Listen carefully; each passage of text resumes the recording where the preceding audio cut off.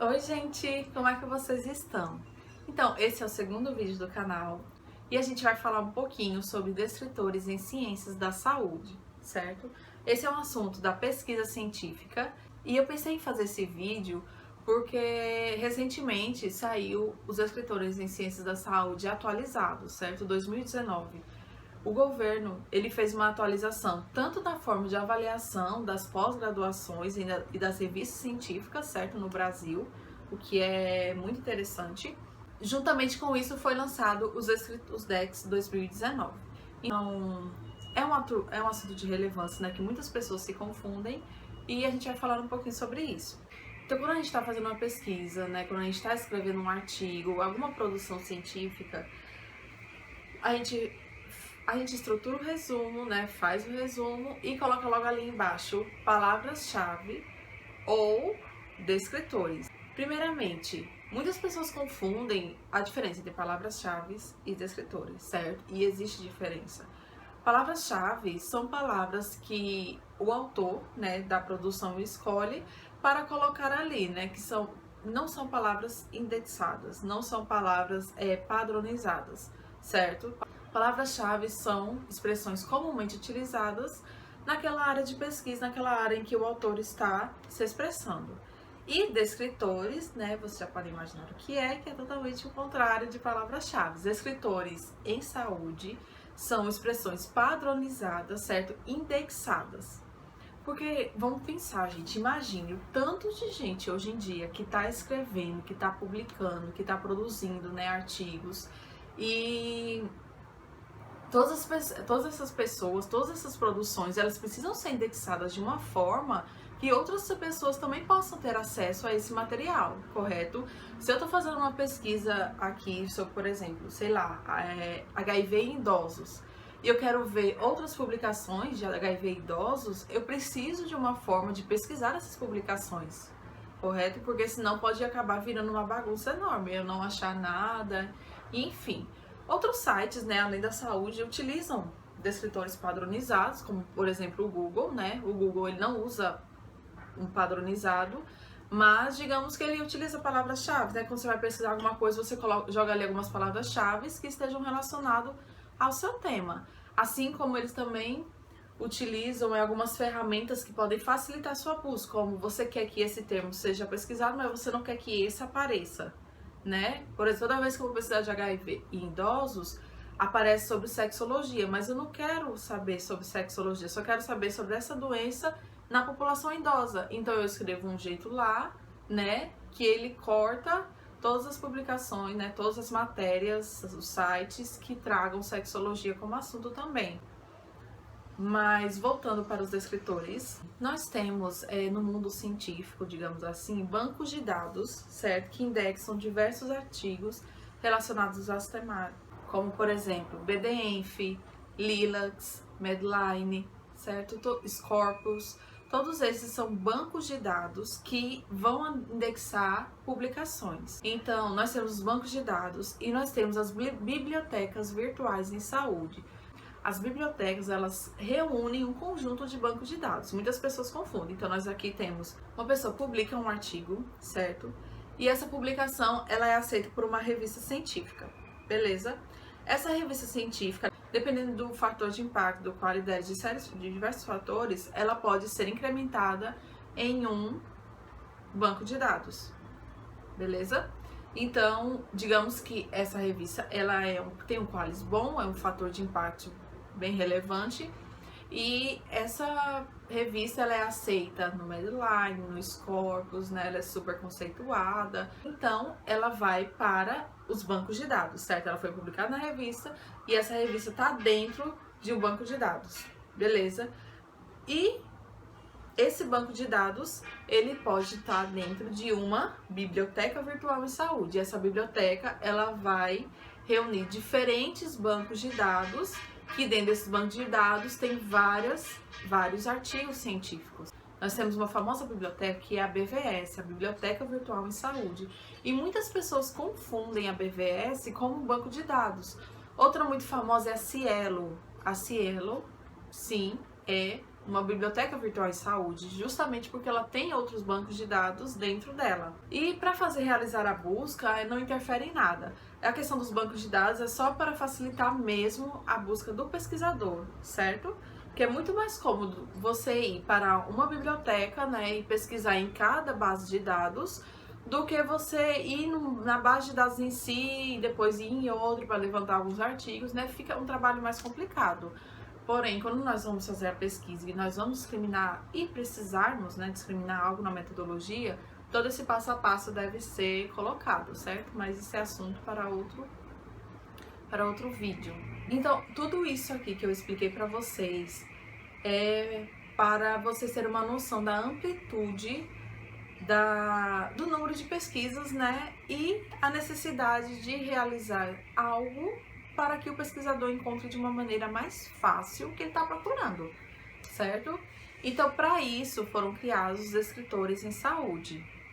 São palavras padronizadas no meio científico. Quando você quer buscar algum assunto, você vai atrás das palavras padronizadas relacionadas ao seu assunto. E de onde ele veio, né? Ele simplesmente foi inventado por aqui pelo Brasil? É só nacional? Como é que funciona? Na verdade, o DEX ele foi baseado no MASH, que é o Medical Subject Headings, que tem a mesma função, só que para descritores da língua inglesa. Ele foi criado pela US National Library of Medicine, que é uma instituição internacional. Uma das funções dessa instituição é justamente determinar essa padronização da linguagem científica. Então, houve a necessidade de padronizar também do português e do espanhol. E para isso, o Centro Latino-Americano e do Caribe de Informação em Ciências da Saúde, né, o famoso BIREME, ele pegou esse MASH e padronizou para o português e espanhol também, né? E aí foi criado o DEX. Então, o MASH ele é atualizado sempre no final do ano, e com isso a BIREME ele começa a sua tradução dos escritores do MASH para o português e o espanhol. E lança essas atualizações normalmente no meio do ano seguinte para o final do ano, certo? Eles vão atualizando sistematicamente, e essa atualização ela vai sendo divulgada. Então, o DEX, ele mostra os descritores em português, em espanhol e o seu respectivo descritor em inglês. E também existem categorias exclusivas que só tem no DEX, que é segundo a nossa realidade científica. Como, por exemplo, nós temos 4 categorias que são presentes no DEX e não tem no MASH, né? Que são saúde pública, vigilância sanitária, homeopatia e ciência e saúde. Então, gente, só para você ter uma ideia, né, de como ocorrem essas atualizações anuais, muitas vezes alguns escritores são retirados, outros são colocados e alguns podem ser até atualizados, né, a sua forma de se expressar. Por exemplo, do ano passado para esse ano, nós temos um incremento de uma grande quantidade de descritores.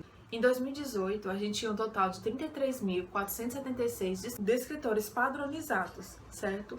Em 2019, esse número foi para 33.889. Então, nós tivemos 413 descritores a mais só de um ano para o outro. Então, é sempre bom a gente estar acompanhando essas atualizações, principalmente porque quando nós estamos muito imersos em uma área científica, em um campo científico, nós estamos muito acostumados, né, a utilizar aqueles mesmos descritores para toda publicação, para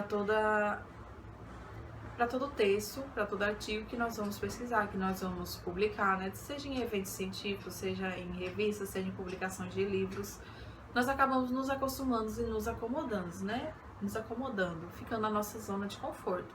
Muitas vezes a gente nem pesquisa mais, porque não, já é esse mesmo, né? Vou colocar lá, pronto, tudo certo. Mas existem essas atualizações e muitos escritores do ano passado para cá foram alteradas as suas terminologias, como por exemplo, na categoria assistência à saúde, subcategoria instituições de saúde, recursos humanos e serviço, nós tínhamos o termo recursos humanos em saúde que foi alterado para mão de obra em saúde. Então, é uma diferença discrepante, né? Então, gente, eu vou mostrar aqui para vocês rapidinho como é que faz para entrar no DEX, né, nos escritores em saúde, aqui pelo computador, de maneira rápida e fácil, beleza? Então, vamos lá, eu tô aqui no meu computador, certo? Então, a gente vai no Google mesmo, só para ficar mais fácil. A gente coloca DEX, certo? DECS. Colocou DEX, aperta Enter. E vai ser esse site aqui, dex.bvs.br. Clicou nele, vai abrir esse site. Esse é o site dos escritores em Ciências da Saúde. E aqui do lado, vocês podem ver sobre o DEX, consultar, novidades. Aqui eles já colocam em destaque entre aspas, né? Porque não tinha essas barrinhas. DEX edição 2019, DEX edições anteriores. Serviço de apoio ao usuário, serviços DEX e como citar. Então, aqui a gente tem um menu fácil e rápido, certo? Aqui nós temos quais são as organizações que estão envolvidas e facilmente a gente consegue consultar o DEX. Aperta em consultar, coloca aqui o idioma do descritor, né? Ali ele dá as opções e aqui consulta por palavra. Por exemplo, vou colocar aqui no exemplo que a gente utilizou, idoso, certo? Então, a gente procura palavra ou termo ou descritor exato. Quando eu sempre aconselho vocês a deixarem marcado palavra ou termo, porque ele vai sempre buscar por termos relacionados a idosos também. Se você colocar descritor exato, vai aparecer, tipo, se tem um descritor exatamente assim do jeito que você escreveu, tá? Então, palavra ou termo, consultar. Então, aqui, ó, pesquisa sobre idoso, ele achou um total de 15 descritores relacionados a idoso, certo? Então, por exemplo, nós temos assistência integral à saúde, que aqui ele traz idoso, nós temos maus tratos ao idoso, política de saúde, serviços de saúde para idosos. Então, olha, sempre quando for apresentado um descritor, aqui vai aparecer o descritor em inglês, o descritor em espanhol e o descritor em português, certo? E aqui nós temos os sinônimos. Gente, esses sinônimos, eles podem ser utilizados nas publicações? Podem, certo? Não é errado, mas sempre se aconselha a gente utilizar o descritor principal, que seria, no caso, serviços de saúde para idosos. Você pode utilizar assistência social para idosos, assistência à saúde do idoso, atenção à saúde do idoso, mas são apenas descritores sinônimos, certo? O descritor principal seria o que está em negrito logo ali em cima.